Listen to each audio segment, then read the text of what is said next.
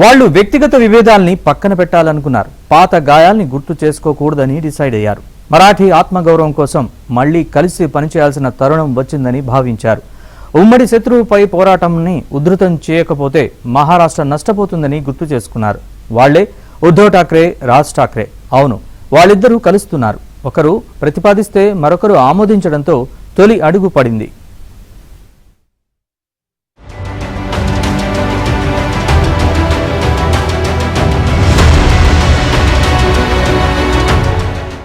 విడిపోయిన 2 దశాబ్దాల తర్వాత స్నేహగీతం. బాల్ ఠాక్రే వారసుల మధ్య సయోధ్య. కొట్లాడుకుంటే భారీగా నష్టపోతామన్న భావన. రాజ్ ఠాక్రే ప్రతిపాదనకు ఉద్ధవ్ సానుకూల స్పందన. హిందీ వివాదం తమిళనాడునే కాదు, మహారాష్ట్రను కూడా ఇబ్బంది పెడుతోంది. కేంద్ర ప్రభుత్వం బలవంతంగా హిందీని రుద్దబోతోందని మరాఠీలు భయపడుతున్నారు. మహారాష్ట్రలో హిందీ వ్యతిరేక భావజాలం ఊపందుకుంది.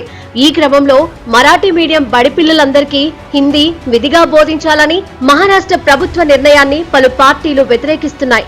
దానిని మహారాష్ట్ర నవనిర్మాణ్ సేన అధ్యక్షుడు రాజ్ ఠాక్రే తొలుత ఖండించగా తర్వాత ఉద్ధవ్ ఠాక్రే కూడా తీవ్రంగా వ్యతిరేకించారు. ఇదే సమయంలో దీనిపై సమైక్యంగా పోరాడేందుకు ఠాక్రేలు ఏకం కానున్నారనే చర్చ మొదలైంది.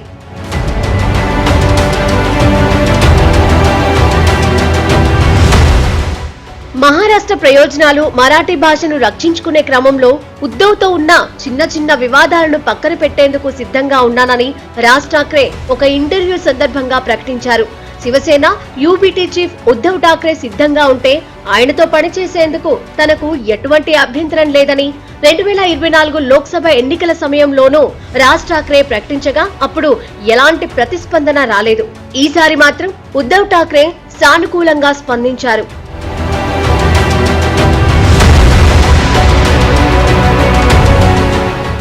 మరాఠా ప్రయోజనాల కోసం తమ మధ్య ఉన్న విభేదాలను పక్కన పెట్టేందుకు సిద్ధంగా ఉన్నానని ఉద్ధవ్ ఠాక్రే కూడా చెప్పారు. తమకు రాష్ట్ర ప్రయోజనాలే ముఖ్యమని, మరాఠీ ద్రోహులను మాత్రం దగ్గరకు రానివ్వబోమని ఆయన తేల్చేశారు. राज ठाकरे जी ने अपनी बात रखी।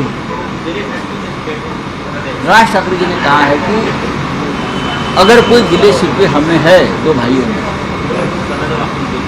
तो मैं कोई ईगो नहीं रखूंगा और दूर करूंगा महाराष्ट्र के हित के लिए।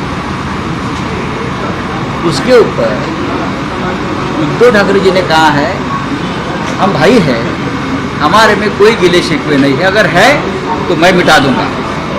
लेकिन एक ही बात जिससे हम महाराष्ट्र के दुश्मन मानते हैं, शिवसेना के दुश्मन मानते हैं, उसको अपने घर में आप जगह मत देना, उनके साथ खाने पीने को मत बैठना।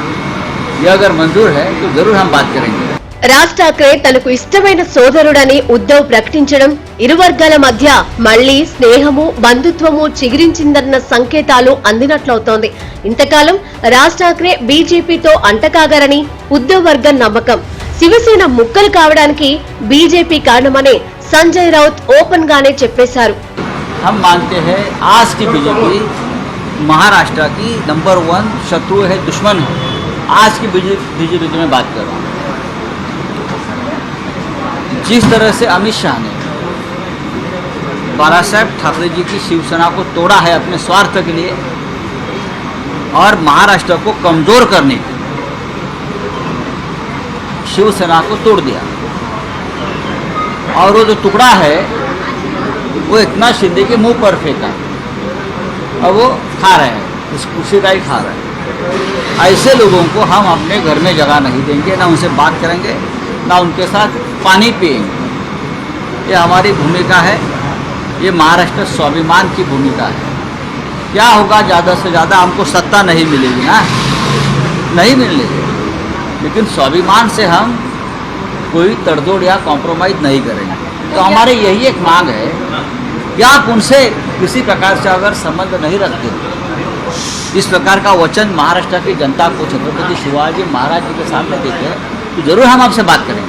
జాతీయ విద్యా విధానం కింద 1 నుండి 5వ తరగతుల వరకు హిందీని తప్పనిసరిగా 3వ భాషగా చేయాలని మహారాష్ట్ర ప్రభుత్వం తీసుకున్న నిర్ణయం రాజ్ ఠాక్రే ఉద్ధవ్ ను సంప్రదించడానికి కారణమైంది.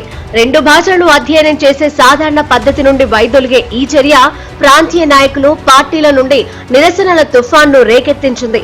చివరకు ఇది ఉద్ధవ్, రాజ్ ఠాక్రే వర్గాల మధ్య ఎన్నికల పొత్తుకు దారితీసే అవకాశం కూడా ఉంది.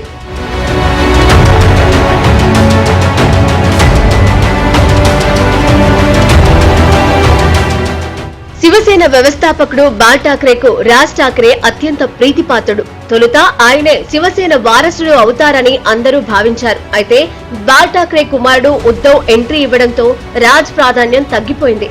దానితో 2006లో ఉద్ధవ్ నుంచి విడిపోయిన రాజ్ తన సొంత పార్టీ ఎంఎన్ఎస్ ను ప్రారంభించి ఎన్నికల్లో పోటీ చేశారు. సీట్లు గెలవకపోయినా ఓట్లు చీల్చడంలో ఆయన పార్టీ కీలక భూమిక వహించింది. 2022లో శివసేన మళ్లీ చీలి ఉద్ధవ్ ఠాక్రే ముఖ్యమంత్రి పదవికి రాజీనామా చేయాల్సి వచ్చింది. కజిన్స్ ఇద్దరు మహారాష్ట్ర రాజకీయాలలో పవర్ఫుల్ లీడర్స్ గానే కొనసాగుతున్నారు. ఈ క్రమంలో ఇప్పుడు చేతులు కలపాలన్న ఆకాంక్షను వెలిబుచ్చుతున్నారు. ఇదే విషయాన్ని శివసేనలో మరో వర్గ నేత అయిన మహారాష్ట్ర డిప్యూటీ సీఎం ఏక్నాథ్ షిండే దృష్టికి తీసుకెళ్లగా ఆయన కొంచెం అసహనానికి లోనయ్యారు. పనికొచ్చే మాటలు మాట్లాడండి అని విలేకరులను కసురుకున్నారు. ఏది ఏమైనా శివసేన పునర్జీవం ఖాయమన్న సంగతి మాత్రం అందరికీ అర్థమవుతూనే ఉంది.